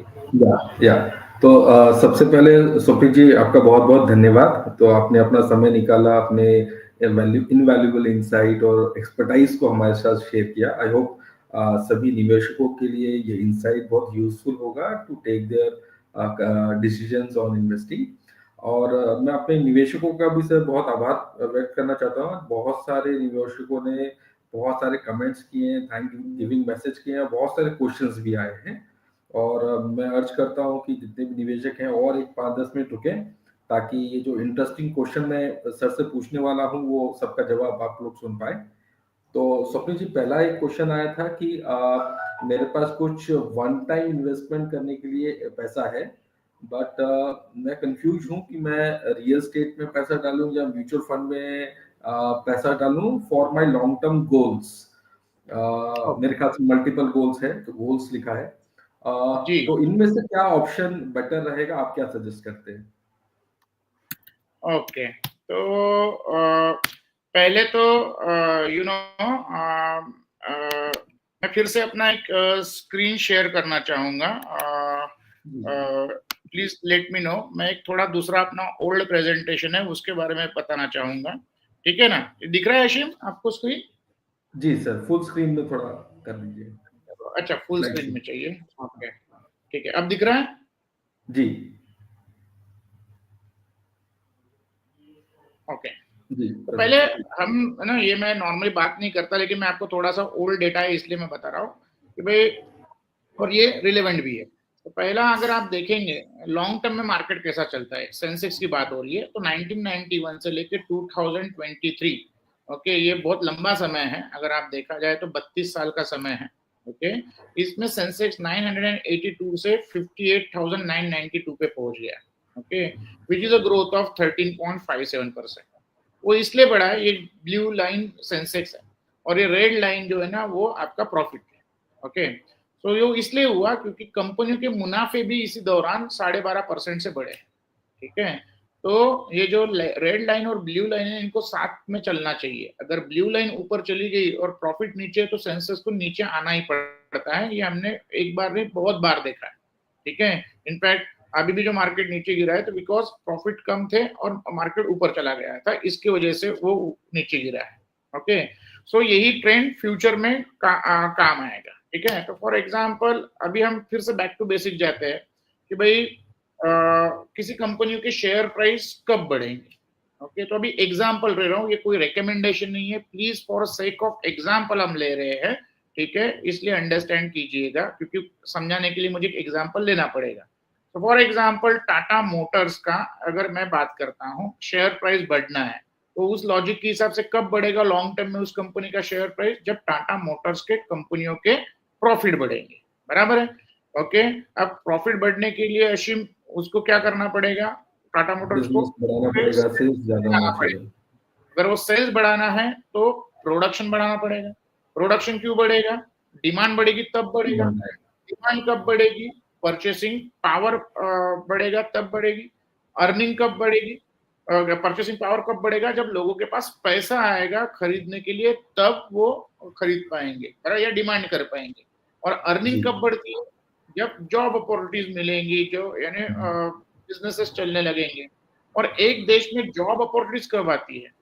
ऐसे देश में जब जॉब अपॉर्चुनिटीज तभी आती है जब उस देश में सबसे ज्यादा यंग लोग हो।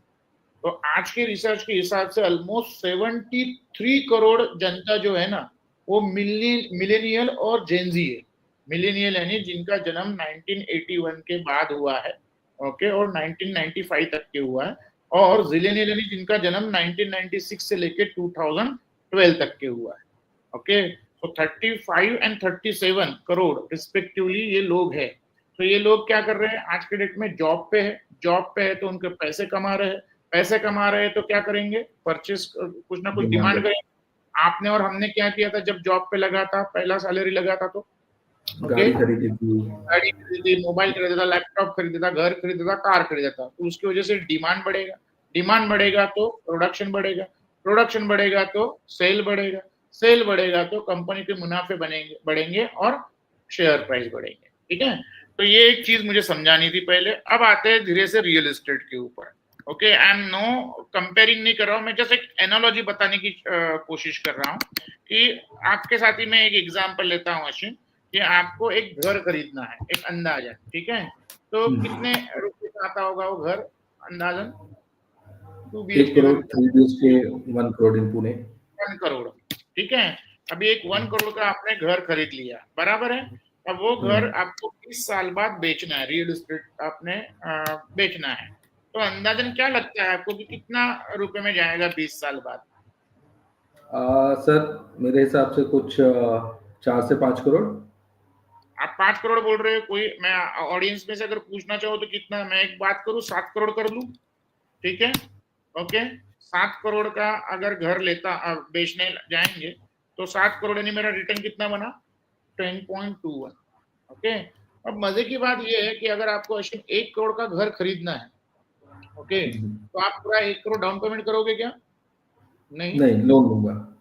20% डाउन पेमेंट करेंगे और 80% लोन लेंगे। तो 20 लाख रुपीज डाउन पेमेंट होगा, 80 लाख रुपीज लोन होगा। उसके लिए on an average EMI 80,000 rupees आएगा, बराबर है। तो उसके लिए सैलरी कितना ये करना पड़ेगा? आपका 1.6 करोड़ का 1.6 लाख रुपीज पर मंथ का सैलरी होना चाहिए, ओके। अब ये 3 BHK होगा शायद से। 3 BHK यानी नॉर्मली अपर मिडिल क्लास या मिडिल क्लास फैमिली होगी, बराबर है। अब ऐसा तो होता नहीं है कि 20 साल बाद एक घर खा पी के 3 BHK का 5 BHK हो जाएगा। वो 3 BHK का 3 BHK रहना है, बराबर है। तो उस वक्त फैमिली भी जो आपसे घर लेगी 7 करोड़ में, उनका भी परचेसिंग पैटर्न सेम रहेगा, down payment plus EMI, okay.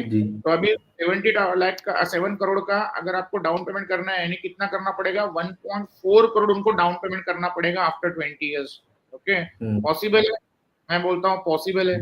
उसके लिए लेना पड़ेगा 5.6 करोड़ का लोन लेना पड़ेगा। पॉसिबल है? मैं बोलता हूँ पॉसिबल है। अब इसके लिए आपको EMI कितना आएगा?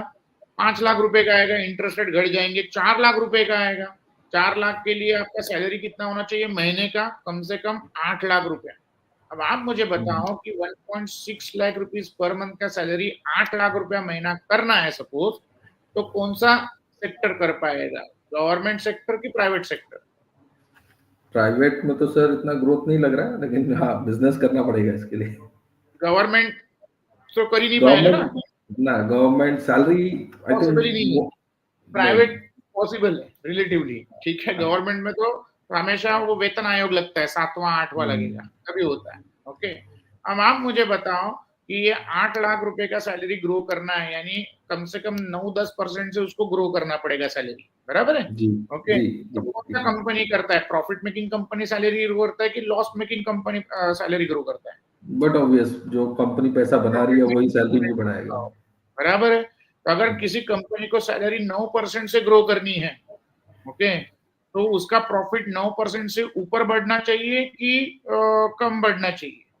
आई थिंक डबल से ज्यादा 12-13% से ग्रो होना चाहिए, ओके। तो 20 साल के लिए अगर उसका 12-13% से प्रॉफिट ग्रो होगा, तब जाके आपका सैलरी 9% से बढ़ना चाहिए, बराबर है। तो अभी हमने क्या देखा थोड़ी देर में कि भाई लॉन्ग टर्म में कंपनियों के प्रॉफिट बढ़ेंगे तो उसके शेयर प्राइस बढ़ेंगे, यस और नो? तो अगर 12-13% से कंपनी के प्रॉफिट बढ़ेंगे तो कम से कम 12-13% से हमने सेंसेक्स में भी देखा कि उतना ग्रोथ हुआ है, बराबर है? तो पहले रियल एस्टेट बढ़ेगा कि इक्विटी बढ़ेगा, वो चॉइस मैं आप लोगों के ऊपर छोड़ता हूँ। मैं again I am not biased, मैं सिर्फ आपको एक लॉजिकल राह दिखाने की कोशिश कर रहा हूँ। तो आई होप जो क्वेश्चन पूछा होगा उसमें आंसर आपको मिल गया होगा। ओके या जी, तो मतलब रियल एस्टेट का दाम बढ़ेगा तो ऑब्वियसली जो खरीदने वाले हैं उनका भी इनकम बढ़ना चाहिए, और उनका इनकम बढ़ेगा मतलब शेयर्स, कंपनीज का भाव, प्रॉफिट बढ़ेगा, शेयर प्राइस बढ़ेगा, so everything is inter related. तो ये इनकम जिस बढ़ाने टाइम के लिए जिसमें सैलरी बढ़नी चाहिए, सैलरी बढ़ाने के लिए आप अपनी कंपनी जो लिक्विडिटी सैलरी को दे रही देखिए, है एसेट उसका प्रॉफिट एलोकेशन को बढ़ना देखिए। चाहिए, और प्रॉफिट बढ़ने के लिए कम से कम उसका शेयर प्राइस बढ़ेगा लॉन्ग टर्म में, इन शॉर्ट। ठीक है, और शेयर प्राइस बढ़ेगा तो म्यूचुअल फंड की एनएवी बढ़ेगी।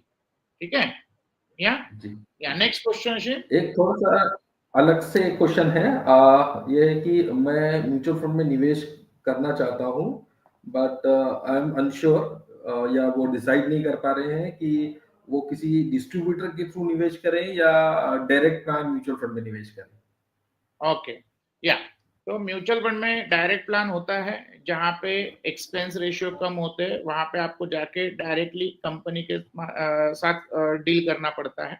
ओके, तो लोगों को ऐसा लगता है कि डायरेक्ट प्लान में कम इन्वेस्ट करूंगा तो मेरे रिटर्न बढ़ जाएंगे, बट याद रखिएगा डायरेक्ट प्लान में निवेश करने के लिए आपको एक 6-7 सवाल जो है ना उसके आपके पास जवाब है तो आपने जाना चाहिए, ऐसा मुझे लगता है। सबसे पहला चीज कि भाई मैं जहाँ पे निवेश करने जा रहा हूँ, ओके, मुझे कितना रुपए निवेश करना है इसका मैंने कैलकुलेशन किया है क्या? मैं कर तो लू 2,000 रुपए, 4,000 रुपए और मैंने रिटर्न भी कमा ली, लेकिन वो 2-4 हजार रुपए से जो पैसा बनने वाला है वो मेरे फाइनेंशियल नीड को इनफ है क्या? इसका कोई कैलकुलेशन किया है क्या? ये पहला क्वेश्चन देखिए। अगर नहीं किया है तो किसी से करवाइए, वो बहुत जरूरी है। दूसरा कि मैं कितना इक्विटी और कितना डेट जाना चाहिए। ठीक है, क्योंकि मेरे को 100 रुपया का 100 रुपया मैं इक्विटी में डाल दूं और कल चल के मार्केट नीचे गिरा और मुझे कुछ पैसों की आवश्यकता पड़ी तो मैं गिरे हुए मार्केट में पैसे निकालूंगा। तो कितना इक्विटी कितना डेट जाना चाहिए, एसेट एलोकेशन मैंने नक्की किया है क्या, या इसका कोई मैकेनिज्म मेरे पास है क्या? ये जवाब आपके पास है। तीसरा कि भाई अगर मैं निवेश कर रहा हूं किसी स्कीम में तो मेरा स्कीम सिलेक्शन क्राइटेरिया क्या है? ओके, नॉर्मली वेबसाइट पे जाके, कोई चैनल में जाके, जैसा मैंने कहा, या कोई फाइनेंशियल इन्फ्लुएंसर आता है वो बताता है ये करो वो करो, वो कहाँ पे चले जाते हैं मालूम नहीं पड़ता फिर बात। ठीक है, तो मेरा कोई मैकेनिज्म नहीं है और कल चल के उस पर्टिकुलर एएमसी में या कुछ स्कीम में प्रॉब्लम हुआ तो मैं कहाँ पे जाऊंगा? ओके, तो और आप देखना कि हर 6 महीने बाद ना परफॉर्मर चेंज होते रहते हैं, तो क्या आप अपने स्कीम चेंज करोगे? वो एक इंपॉर्टेंट है। चौथा कि जब आपने निवेश कर भी लिया लेकिन आप इसको कोई नीड के साथ मैप कर सकते हो क्या? ये मेरी एसआईपी है मेरे बच्चों के पढ़ाई के लिए, ये एसआईपी मेरे बच्चों की शादी के लिए, ये एसआईपी मेरे रिटायरमेंट के लिए। तो फिर वो आप ट्रैक कैसे करोगे कि भाई वो बराबर चल रहा है, इनलाइन चल रहा है कि नहीं चल रहा? ओके, चौथा क्वेश्चन आप बोल सकते हो कि भाई मैं उसका अपना मॉनिटरिंग कैसे करता हूँ कि मेरा पोर्टफोलियो बराबर चल रहा है कि नहीं, यानी मैं जो एसआईपी फाइनेंशियल नीड के लिए की थी अभी इसमें गैप इतना आ रहा है तो मुझे एडिशनल एसआईपी इतनी की करनी पड़ेगी, एडिशनल लमसम इतना करना पड़ेगा। ओके, वो मैं कर पा रहा हूँ? ओके, पांचवा क्वेश्चन आपका एग्जिट स्ट्रेटेजी क्या है? आपने कोई प्रोसेस फॉर्म की है कि मेरे को ये स्कीम में से तब बाहर निकलना है जब इसमें कोई ये प्रॉब्लम हो जाएगा, या इसका यहाँ पे इतना रिटर्न नहीं आएगा तो मैं निकल जाऊंगा। ओके, छठवां कि भाई आपके नॉमिनी को कौन बताएगा कि ये पर्टिकुलर इन्वेस्टमेंट आपने की थी और ये पर्टिकुलर नीड के लिए, नहीं तो मैं तो चला गया, ओके, और मेरे बाद मेरे नॉमिनी को मालूम पड़ा कि इतना पैसा है उसने खर्च कर लिए, तो क्या करोगे? वो मेरे बीवी के रिटायरमेंट के लिए थे या मेरे बच्चों के पढ़ाई के लिए थे या उसके शादी के लिए था, तो उसको तो मालूम नहीं पड़ेगा। तो ये भी एक प्रॉब्लम है।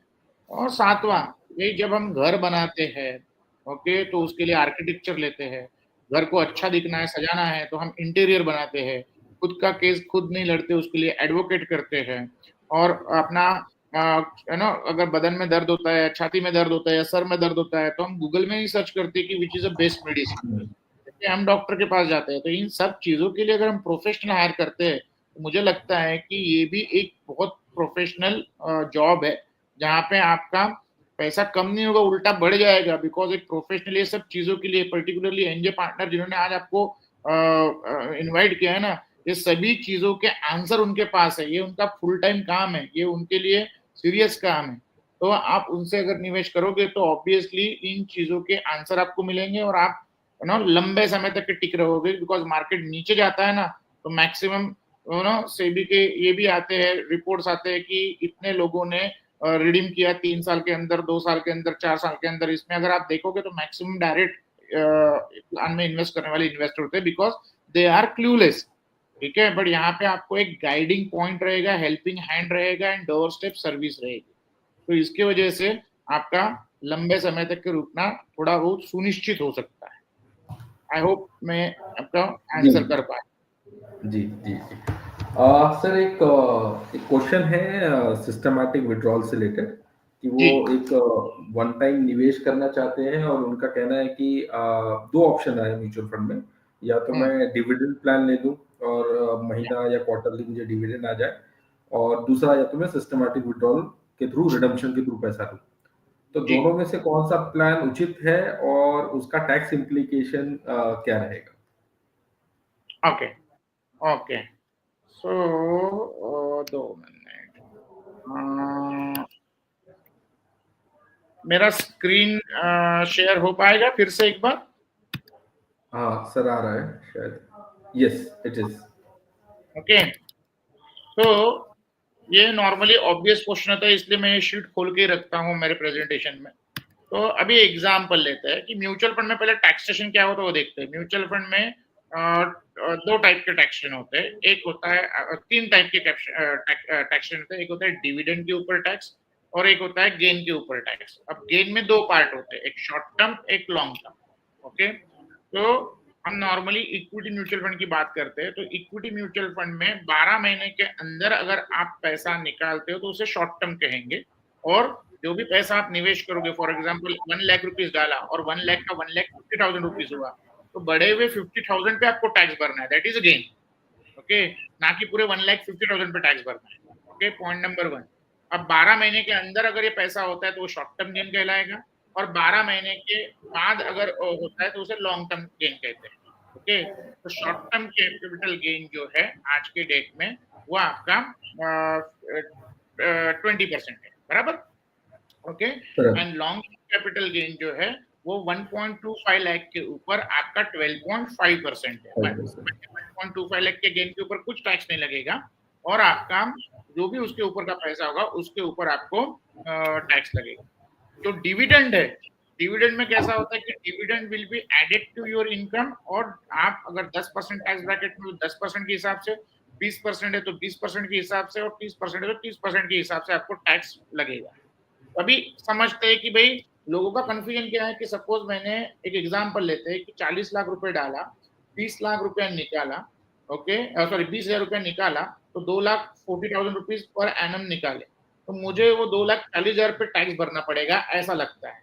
ऐसा कतई नहीं है। अभी हम वो एग्जांपल देखते हैं। तो यहाँ पे मैंने 40 लाख रुपीज अगर डाले, ओके, 40 लाख रुपीज के अगेंस्ट में मैंने कुछ एनईवी हमें कंसिडर करनी पड़ेगी। तो मैंने ऐसा पकड़ लिया कि एक स्कीम की एनईवी लेट से 30 रुपया है, ओके, या 25 रुपया पकड़ते हैं, तो आपको 1,60,000 यूनिट्स मिले। हम नॉर्मली ऐसा पकड़ के चलते हैं कि भाई उसका जो ईयरली ग्रोथ है स्कीम का, बैलेंस एडवांटेज फंड या अग्रेसिव हाइब्रिड फंड का, वो ऑन एन एवरेज 10% से होगा। ओके, आप विड्रॉल ले रहे हो 6% ले रहे हो, यानी 40 लाख रुपए डाला तो 6% होता है आपका 2,40,000 रुपीज पर एनम, यानी 20,000 रुपीज पर मंथ। ओके, अब अगर आपका 10 रुपया एनएवी ग्रो हो रहा है, 25 रुपए का 10%, यानी एक साल में कितना हो जाएगा, 27.5 रुपीज आपका एनएवी अगले साल होना चाहिए आइडियलिस्टिक। ठीक है, तो आपने 2,40,000 रुपए निकाला, तो ये 2,40,000 रुपए आपको टैक्स नहीं लगेगा। आपने ये 2,40,000 निकालते वक्त कुछ यूनिट्स बेचे होंगे, वो यूनिट जो बेचे थे वो खरीदे भी होंगे, तो बेचना माइनस खरीदने का NAV is your capital gain. तो ये 8,727 यूनिट्स आपने 25 रुपए पे खरीदे और 27.5 रुपए पे बेचे सपोज, तो आपका उसमें जो कैपिटल गेन है 2,40,000 में वो 21,818 रुपीज हुआ, ना कि टोटल 2,40,000। तो आपको जो टैक्स भरना है वो 21,818 पे भरना है। दिख रहा है यहाँ पे? ओके, हाँ सर, दिख रहा है। तो आपका जो 20% टैक्स है, तो 20% उसके ऊपर आपको 4,363 रुपीज या 5,000 के आसपास टैक्स आएगा एजुकेशन सेस वगैरह भर के, ठीक है. So you have not paid tax on entire 2,40,000 rupees. Now next year what happens, again you are withdrawing 2,40,000 rupees as a systematic withdrawal plan. The NAV grows up by 10%, so 27.5 का NAV will become 30.25. Now you will sell again units worth 2,40,000 rupees के हिसाब से, तो 7,933 units आपने बेचे. खरीदे कब थे? 25 रुपए पे. तो जो डिफरेंस इन द NAV होगा इतने यूनिट्स पे, दैट इज 41,652. तो इसके ऊपर आपको लॉन्ग टर्म कैपिटल गेन लगेगा. वो कितना लगेगा? 12.5, प्रोवाइडेड अगर आपका लॉन्ग टर्म कैपिटल गेन 1,25,000 के ऊपर है तो. But in this case it is not 1,25,000. Okay, और आपने कहीं दूसरी जगह शेयर बेचे नहीं है, दूसरे कोई म्यूचुअल फंड बेचे नहीं है, ऐसा भी हम कंसीडर कर रहे हैं. ओके, और यहाँ पे 41,000 पे इसलिए आपको नहीं लगा. ठीक है. अगर यही अगर मैं करता था एक एग्जांपल के लिए, अगर आपने सपोज ये पूरा शॉर्ट टर्म कैपिटल गेन में, लॉन्ग टर्म कैपिटल गेन में आता भी है, तो 12.5% यानी कितना हो जाएगा? वर्स्ट टू वर्स्ट आपने कितना टैक्स भरा? 5,200 रुपीज. तो आपने 2,40,000 पे 5,000 रुपया अगले साल टैक्स भरा वर्स्ट टू वर्स्ट. ठीक है. वैसा तो भरना नहीं है, बिकॉज आपने 1.25 लाख रुपए का कोई कैपिटल गेन किया ही नहीं है. एक्चुअल जो गेन अगर इस हिसाब से देखा जाए तो 7वें 8वें साल में लगता है, और वो भी वो टैक्स देखिए आपका बहुत कम है. So that is why systematic withdrawal plan is better than your dividend plan. अब डिविडेंड देखते हैं. अगर सपोज आपने डिविडेंड प्लान में लिया, जो डिविडेंड मिला आपको वो क्या होगा? 2,40,000 का डिविडेंड मिल गया. सपोज इसने पूरा 10% का डिविडेंड डिक्लेयर कर दिया इस स्कीम में, तो अगर आप 10% टैक्स स्लैब में हो तो 24,000. अगर आप 20% टैक्स स्लैब में हो तो 48,000. अगर आप 30% टैक्स स्लैब में हो तो 70,000 रुपीज आपको टैक्स लगेगा मिनिमम. तो ये 24,000 या 48,000 या 70,000 in any case is more than your 5,000 और 7,000. तो इसीलिए ऑप्शन या एफडी ऑप्शन से कहीं बेटर है आपका एसडब्ल्यूपी, जहाँ पे आपको टैक्सेशन कम लग सकता है. नहीं समझा? कोई बात नहीं. आज जब आप जिन्होंने आपको इनवाइट किया उनके साथ आप बैठिए, वो आपको पूरा टैक्सेशन समझाएंगे.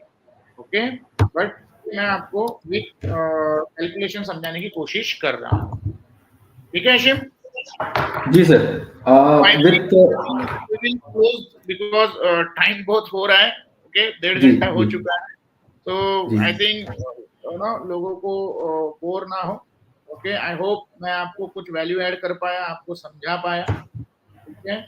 और यही मैं विश्वास व्यक्त करता हूँ कि भाई आप म्यूचुअल फंड में आप बने रहेंगे, लंबे समय तक के बने रहेंगे, एसआईपी माध्यम से बने रहेंगे, एसडब्ल्यूपी के माध्यम से बने रहेंगे.